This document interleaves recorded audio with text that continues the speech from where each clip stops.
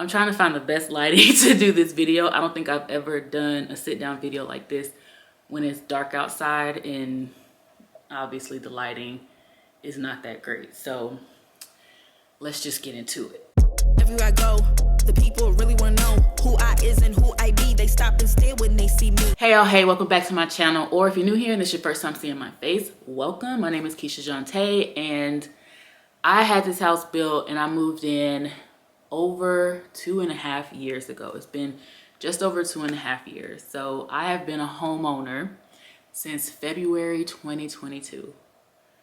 Can y'all believe it? Because I cannot believe it. For the people that have been here on this journey with me since I started having this house built, can y'all believe it's been almost 3 years since I've been a homeowner? In addition to that, it's been 3 years since I posted my very first video on this channel documenting the house building, house buying journey. So for those of you that are new to this channel, I had this house built as a semi-custom home back in 2022. I signed the contract in 2021, and starting in October of 2021 through February of 2022, I was documenting the process of every week, like what was going on with the build, and then all the way up to my empty home tour, which I did when I signed the paperwork, got the keys, and moved in. And you can binge that journey here. I'm pretty sure it's here. It's either here or over here, but I'm pretty sure it's over here.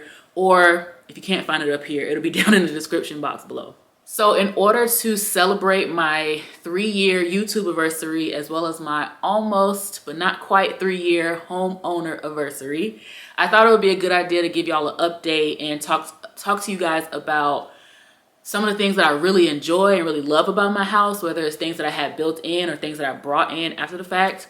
Some other things that I wish I could change on my house, but I can't, as well as some of the projects that I have in mind for the future. So whether you're interested in home content, and I know so many of you are, because a lot of you found this channel through the home building journey, or if you're just a little nosy, it doesn't matter. Grab your snacks, friend. Let's get into it. If you see me looking down, it's because I do have my notes. I want to make sure I don't miss anything. So I did write stuff down, and I probably will be referencing it. I'm pretty sure I'm going to be referencing it quite a bit. So let's go ahead and get started with the fun stuff. These are the things that I really love about my house. And overall, I am happy with all the choices that I made during the build process. Even though some people told me I might have been spending too much money on some upgrades, everything that I feel like I paid extra money for, I still enjoy it. I still love it. I don't have regrets on it. And anything that I chose to forego during the build process, I don't miss it. And a lot of stuff that I chose to forego during the build process, it was for a reason. And I brought in other things to kind of make up for those things. So a couple of things that I'm still enjoying that I had included in the house during the build process were my sunroom back here, where I have my indoor garden and all of my hydroponic systems, as well as like enclosing the front, what do they call it, flex space, and making that into my office. Even though I haven't been working in there the last couple weeks because it's a little messy, but that's besides the point. The point is, I love that it's walled off, that I can close the doors when I have company, and I can block off the windows so people can't see the mess in there.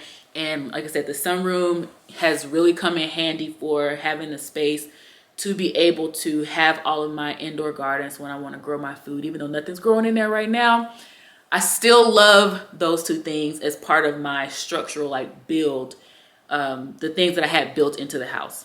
As far as some of the changes that I made to the house after I signed the papers, I would say one of my top things that I really love about this house still to this day, and I don't feel like it was a waste of money, is my faucet in the kitchen. So that was probably one of the first things that I changed out. Actually, I think that was the first thing that I changed out. I was like, plumbing warranty be damned, I'm changing this faucet.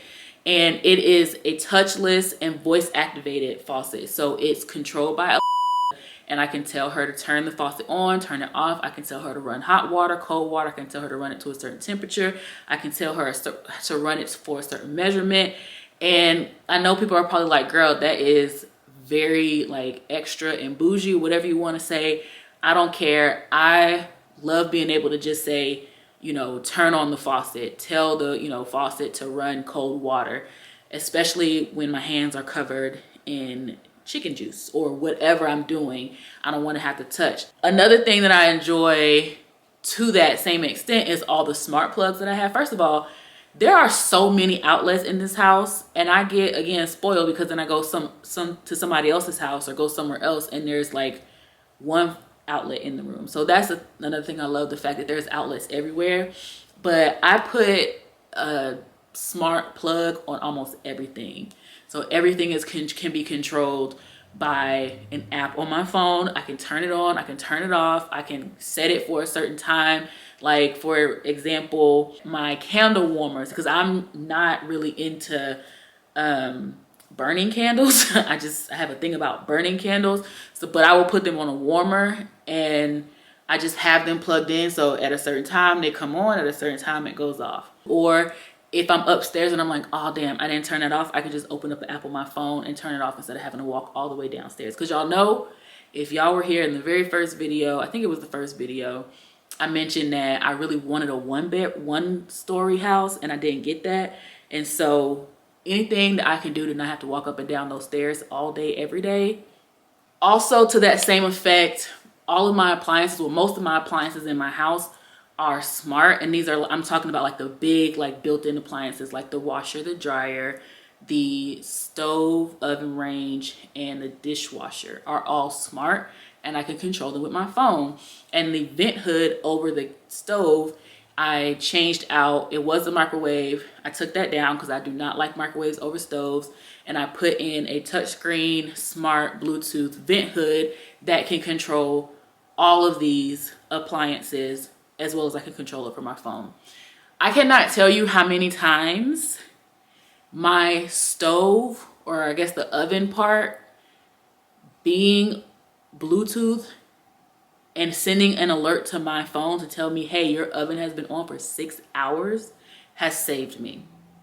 When I'm out, when I'm upstairs asleep and I get that alert, I can turn the oven off from my phone. Anything smart that makes my life easier, call me lazy, whatever you want, but if anything that's smart that makes my life easier, I'm all for it. Staying in the kitchen, another thing that I really love about my house is my backsplash. So I did not have the builder put backsplash in my house when I had my house built. I was not a fan of any of the options that were white or gray. And if you know me, you know that's not my thing.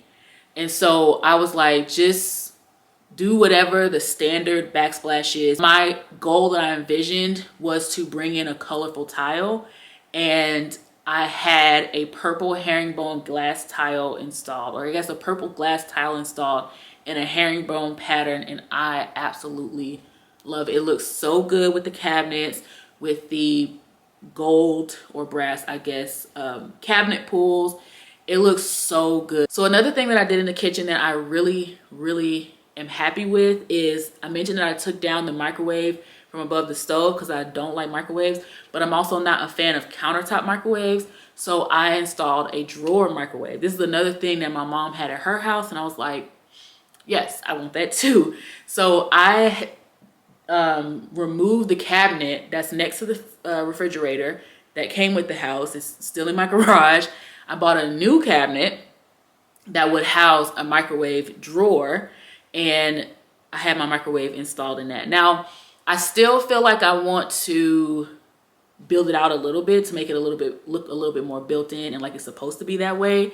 But I love my microwave drawer. You cannot tell me anything about it. It just makes me feel so fancy to have a microwave drawer. And then above that cabinet, I installed shelves, open shelves, and that's where I have my beverage station. I don't drink alcohol, but I still have like the glasses and stuff like that, because I sometimes make mocktails. But also that's where I have like my hot chocolate bar, my tea, and all that stuff over there. And I love that little nook and that little space. And I also had shelves installed in the living room. There was like an open wall, and I'll hopefully be showing you guys video of this, but there was like an open wall by the stairs, and I had open shelves put there too. And I just really like that. It just helps make the house look a little bit more lived in, a little bit more homey, and I can display things on the shelves. Originally they were supposed to be for like plants and stuff, like little small plants, but I put a bunch of pictures up there and I love the way that those look. This list is long because I really love my house, you guys. Also downstairs, I added shoe cabinets to the front and the back. Well, not the back, but the door coming in from the garage and the front door. Originally, I only did the door coming in from the garage because that's where I come in the house. Every time I come in the house, I take my shoes off, and there was a mess of shoes, like a graveyard of shoes by the front door. And I was like, I can't do this, right? So there was a table there. I moved that table upstairs, and I got this really nice, this really cute shoe closet, shoe cabinet that now I can put all my shoes in, and it just makes that space look so much more organized. I loved it so much, I had to buy one for the front door, so when I have guests come, they can put their shoes in it and they're not having my foyer area looking like a shoe graveyard. And it has immensely changed the way that the front, like the entrances of my house look, and I love them so much. They're both from Wayfair. Love. I'm so glad that I did that. I feel like the lighting is better all of a sudden. All I did was change the battery. But I feel like now the lighting is better. But I'm not about to go back and redo that whole section. So anyway, I'm almost done with my list of things that I really like that I brought into my house. This is a very long list and it probably could keep going, but I'm gonna cut it off soon. One thing I want to mention are my floating fireplaces. When I first had my house built, I was going back and forth if I wanted to spend the extra money to have a fireplace installed, even if I never plan to use it, because I am not a chimney girl. Chimneys freak me out. I am paranoid that an animal is going to get into my house through a chimney. So ultimately, I decided not to have a fireplace installed in my house. And instead, I went to Amazon and bought floating fireplaces, obviously like, you know, electric fireplaces. And I put one downstairs in my living room and one upstairs in my loft. Same exact kind of setup. And I love it because it gives me space to like display things, but also on cozy nights, I can turn on the fire and I can change it to my favorite color of purple. And I can even turn on the heat so it can, like, you know, blast out heat like a real fireplace while I'm curled up on my couch watching TV or drinking my hot chocolate or whatever. Like things that you would normally do in front of a fireplace that I would never do in front of a real fireplace because I'm paranoid. I would not like secure it. And like I said, a bird or a squirrel or something is going to come in my house. So I didn't want to do that. I love my floating fireplaces. And then lastly, my custom closet, which I will link the process of building out my custom walk-in closet. If you are new here, I took the biggest secondary bedroom and changed it into my closet. It's the one right across from my bedroom. And I just basically put shelving on the walls. I got them from the Container Store, and that's where all my clothes are housed. And there's nothing negative that I can say about it. I love it, other than the fact that I feel like there's not enough clothes in it right now. But I am in the process. I think I mentioned in my last video, my last vlog, that the clothes that are in there right now aren't really speaking to me. So there probably will be a video about like revamping my wardrobe and filling that closet back up with new stuff. All right, so now let's talk about some of the things that I wish that I could change. Like if I could go back in time, I might have done something differently, but today I can't do anything about it, at least not without a whole lot of effort. The first thing on this list is something that has bothered me every day since I found out that I could do it. And that's like before the house was even completed. And that is extending my living room. So when I first had my house built, or when I first did a consultation with the sales rep for this area, I was told that if I got the sunroom and the extended patio, because my patio, I got it like a 12 by 12 or something like that. And when it was supposed to be like this big, I got it to be this big. But I was told that by having the extended patio and the sunroom, I could not extend my living room. I would have paid the extra money to extend my living room. But then I found out after the fact that I absolutely could have extended my living room. And I would have gotten another several feet this way of my living room. Do I need it? Probably not. But the fact that I wanted it and I was told I couldn't have it, and then I found out I could have had it, pisses me off to no end. Like, I'm getting upset thinking about it right now, but literally every day I think about the fact that my living room could be bigger. Moving on. Upstairs, the second bathroom, so the guest bathroom upstairs and the laundry room, I wish I could flip. So when you walk up the stairs, the laundry room is basically like right in front of you, and then the bathroom is at the other end of the hallway. But at the other end of the hallway, that's where my bedroom is, and on this end of the hallway where the laundry room is, that's where the guest bedroom is. Now, hear me out. The house is a 4-bedroom house. It just so happens that I turned one of the bedrooms into my closet and the other bedroom into my home gym. And so I only personally in this house, the way it's configured right now, have one guest bedroom, and that's on this end of the hallway. I just, in my mind, because of the way I have my house set up, which I know everybody that has this floor plan does not have their house set up this way, it just makes sense to me for the bathroom to be down by the guest bedroom and the laundry room to be by my bedroom, because I'm the only one living in here that's doing laundry. Not as big of a deal as my living room not being extended, but functionally for the way my house is set up, it just would make sense if those two were switched. Another thing, this is something my mom complains about a lot, is my storage in my kitchen. I love my kitchen, but I do have a lot of stuff and I'm continuing to buy more. I have a lot of pots and pans because I do cook a little bit. Don't tell the boys on the dating apps, but I do cook a little bit. So I have a lot of pots and pans. I have a lot of gadgets. I have a lot of gizmos. And I'm actually eyeing a pot set right now. Tabitha Browns, if any of you see it come back in stock, please tag me. Please send it to me so I can buy it. And so my mom is like, you need to stop buying stuff because you ain't got no space to put. At this point, we're now starting to consider like putting storage out in the garage because my cabinets are full. To me, I just need to organize them. And I've been saying that for 2.5 years. Like I just threw stuff in the cabinets to get them out of boxes, and I've never gone back to organize that space. And so I feel like once I do go in and organize it better, we'll be fine with storage space. But right now, things are overflowing. And so it would be better if I had more cabinets. But then, of course, that just means that I would have more space to stick stuff. So, you know. And then the last thing is my HOA. Now, don't get me wrong. I'm not saying that I wish I didn't have an HOA. I don't personally mind HOAs. Like, they're not as evil to me as some people seem to believe that they are. If you believe that HOAs are evil and you would never buy a house that's in an HOA, that's your business. I don't mind living in HOAs. But my HOA, I'm learning after 2.5 years living here, is a shit show, for lack of a better term. Like, they weren't very active, I guess, in the last 2 years or so. I didn't really hear much about it. But the more and more I'm learning now about my HOA, I'm like, something has to be better. Something has to be better.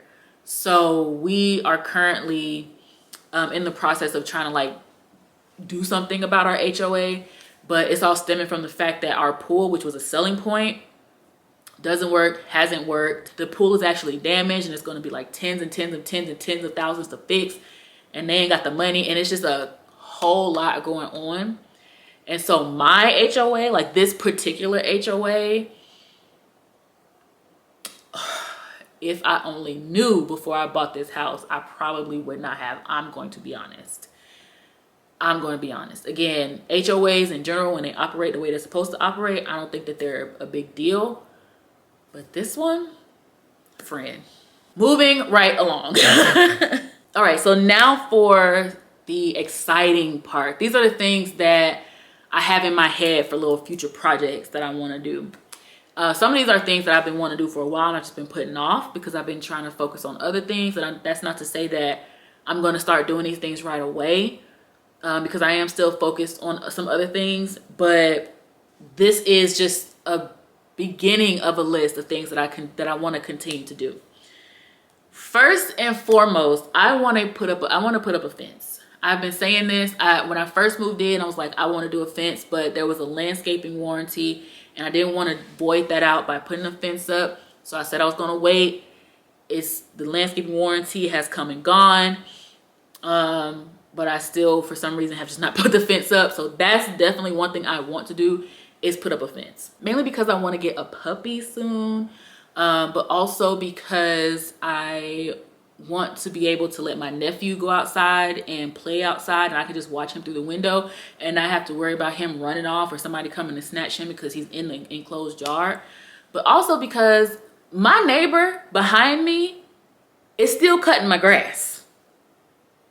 If y'all don't know what I'm talking about, I don't remember if the video is still up. If it's still up, I'll post it, because I did take some videos down. But my neighbor behind me is still cutting my grass, and he does not know how to cut grass. Like, whoo-sa. If you know, you know. If you know, you know. So I want to do a fence. Another thing that I want to do is change the wall color. You can kind of see that I've been testing out different colors, different swatches all over the house.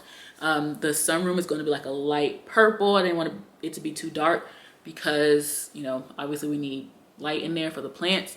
But all the other rooms are going to be like a darker color. I know some people don't like dark colors on walls. That's your business. I want my house to be more moody and reflect the colors and the schemes that I like. And I'm not a fan of these white walls. Actually, every time I see somebody has like made a mark on it, specifically my nephews, but even sometimes me or other people, even by accident, because stuff rubs up against it and makes a mark, it drives me crazy. I'm looking at one right now and it's pissing me off. Okay, so yes, wall color will change. Speaking of changing colors, in the bathrooms, I want to do more tile, like the one that I have in my kitchen.